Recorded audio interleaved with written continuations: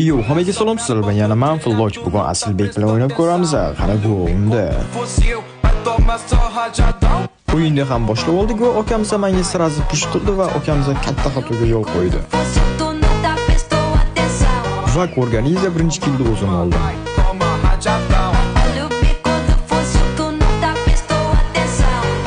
Ha, aytgancha juda ko'pchiliklar bizga yozyapti. Sen o'yinda kelishib olgansan, sen faqat botlar bilan o'ynaysan, deyapti. Shu gaplarga bugun javob berib o'tib ketamiz. Bizda navbat degan narsa bor. Kim navbat kelsa, o'sha bilan o'ynaymiz. Mif 50 bo'ladimi, epic bo'ladimi, legenda bo'ladimi, unisi qiziqmas.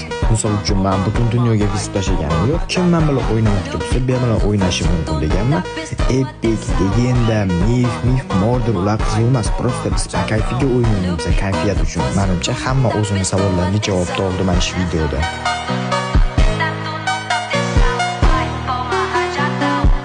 Nima ham deymiz, hisob 3-1 bo'ldi. Keyingi o'yinlarda okamizga omad tilab qolamiz. Qani ko'rindi.